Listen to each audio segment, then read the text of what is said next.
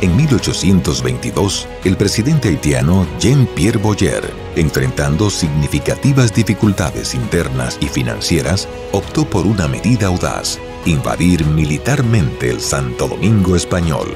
Creyendo en la indivisibilidad de la isla, pasó por alto las marcadas diferencias entre las poblaciones francesa y española. La invasión de Boyer en 1822 marcó el inicio de una era de tensiones y conflictos en el futuro de los dos pueblos que habitan la isla de Santo Domingo. Usted está viendo esto gracias a Fundación Corripio, Indubeca, Banco BHD, Pinturas Tropical. En los inicios del siglo XIX, los principales líderes de la revolución haitiana, Toussaint Louverture y Jean-Jacques Dessalines, concibieron una tesis según la cual la isla de Santo Domingo debía ser una e indivisible. Creían que sólo así sería posible erradicar para siempre el colonialismo francés, al igual que las aspiraciones imperialistas de cualquier otra potencia extranjera. Fue en función de esa teoría que se produjeron las invasiones de Toussaint y Dessalines en 1801 y 1805 respectivamente, con el propósito de unificar la parte española de la isla con la parte francesa bajo la dirección de un solo gobierno. Esa errada teoría, sin embargo, descartaba el hecho de que desde hacía casi 3 siglos, en la parte del este de la isla existía una comunidad étnica diferente cultural y lingüísticamente, a la que solo le faltaba constituirse en nación libre e independiente, como ya lo habían hecho los haitianos. En 1806, el emperador Dessalines fue asesinado, víctima de una conspiración dirigida por Alexandre Pétion y Henri Christophe, dos de sus más importantes colaboradores, y quienes terminaron compartiendo el poder político en Haití, que dividieron en 2 formas de gobierno distintas: una monarquía en el norte y una república en el sur. Cristóbal se declaró monarca con el nombre de Enrique I y reinó en el norte hasta 1818, cuando, enfermo, decidió suicidarse. En el sur, en cambio, Pétion asumió la presidencia de la República y se mantuvo gobernando hasta 1820, cuando murió a causa de la fiebre amarilla. Tras su fallecimiento, Jean-Pierre Boyer, su principal ayudante, se convirtió en presidente de la República y le correspondió la tarea de unificar políticamente Haití. Durante el período 1807-1820, la división de Haití en 2 estados diferentes no solo debilitó la efectividad del ejército haitiano, sino que además relegó a un segundo plano la cuestión de la indivisibilidad de la isla. Una vez unificado el estado haitiano, el nuevo presidente fijó su atención en la parte del este de la isla de Santo Domingo y reactivó la política exterior de sus antecesores sobre la base de la indivisibilidad de la isla.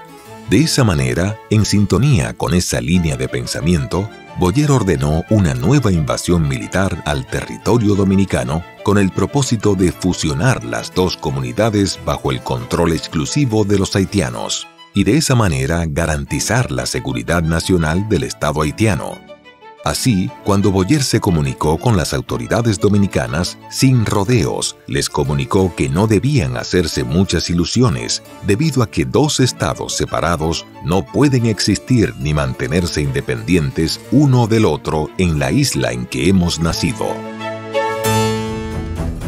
La tercera invasión militar haitiana al territorio dominicano comenzó a prepararse a principios de enero de 1822 y se materializó en el siguiente mes. Boyer dividió su ejército en 2 cuerpos, uno por el sur y otro por el norte, con instrucciones precisas para reunirse en los alrededores de la villa de San Carlos, en las afueras de las murallas de la ciudad de Santo Domingo. En la mañana del día 9 de febrero, el ejército haitiano se encontraba en las afueras de la ciudad. Una comitiva de oficiales haitianos, encabezada por el propio Boyer, fue recibida por las autoridades locales en el Palacio Municipal, en donde le hicieron entrega simbólica de las llaves de la ciudad. Antes de finalizar la ceremonia y luego que el traductor oficial terminara de explicarle a Boyer, que no hablaba español, cuanto había dicho Núñez de Cáceres en su discurso, el presidente haitiano dirigió un mensaje a los presentes, que luego hizo circular entre los haitianos y en el cual dejó claramente establecido el propósito de su misión. Tras declarar orgullosamente que ya la bandera nacional haitiana ondeaba sobre todo el territorio isleño, proclamó que la esclavitud también quedaba abolida en la parte española y que a partir de ese momento los dos pueblos formaban una sola familia y ya estaban unidos para siempre entre sí por una voluntad simultánea de conformidad con los artículos 40 y 41 de la Constitución haitiana, según los cuales la isla entera forma la República de Haití, que es una e indivisible y solo tenía por límites el mar. Unos 9.000 esclavos que habían en la parte española quedaron entonces libres, aunque muchos de ellos prefirieron continuar laborando con sus antiguos amos. En verdad, la esclavitud en la parte española de la isla era de carácter más bien doméstico patriarcal, muy diferente de la que existía en la parte francesa y que dio lugar a la Revolución haitiana. Otras medidas adoptadas por el nuevo gobernante fueron la designación de las nuevas autoridades administrativas para la parte conquistada por Haití. Boyer dividió el territorio español en 4 departamentos, al frente de los cuales nombró gobernadores: al general Maximiliano Borgela en Santo Domingo, al general Placide Lebrun en La Vega, al general Profit Daniel en Santiago y al general Jacques Simón en Puerto Plata. En las plazas públicas hizo construir áreas cuadradas que ellos llamaban altares de la patria, y en las que hizo sembrar una palma real en el centro, que era el símbolo haitiano de la libertad. A diferencia de las invasiones haitianas de 1801 y 1805, la de 1822 se hizo sin derramamiento de sangre debido a que los dominicanos, cuya población no sobrepasaba de 80.000 personas, no estaban en condiciones de oponer resistencia al ejército invasor.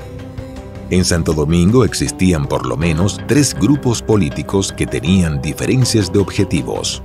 Un pequeño grupo favorecía la unificación con Haití. Otro grupo era partidario de retornar a la protección de España. Y finalmente estaba el grupo liderado por Núñez de Cáceres, que propugnaba una independencia asociada a la Gran Colombia bolivariana.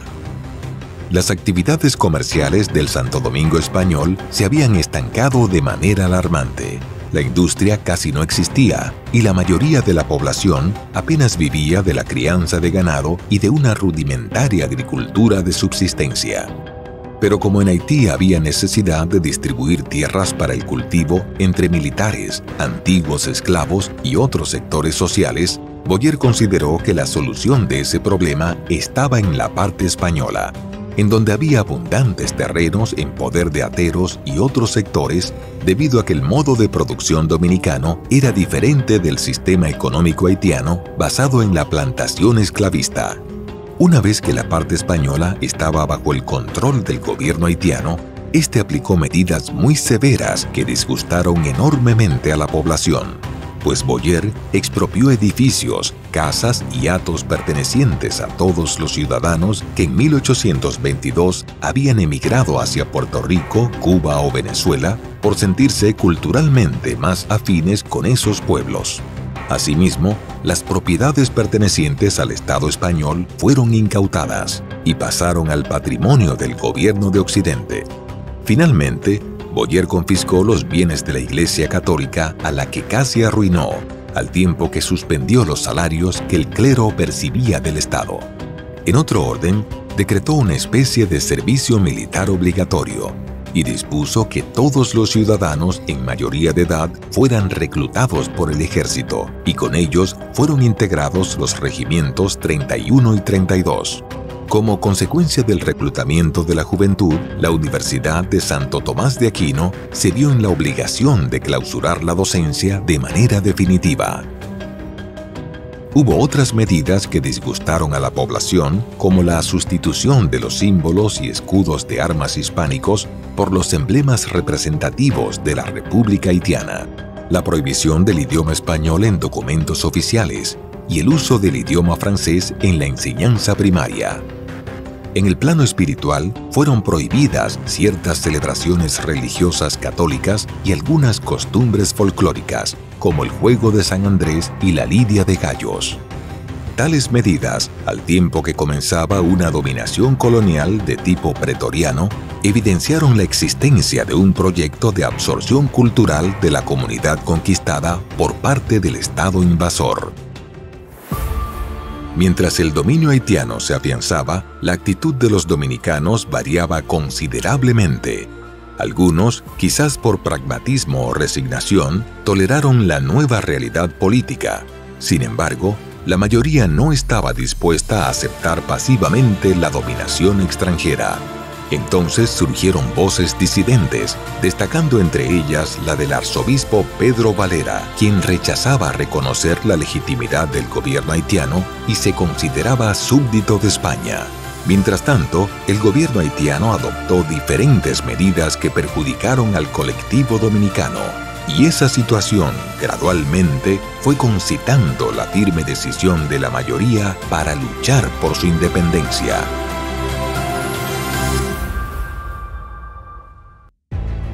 Un viaje a la historia llega a ustedes gracias a Fundación Corripio, Indubeca, Banco BHD, Pinturas Tropical,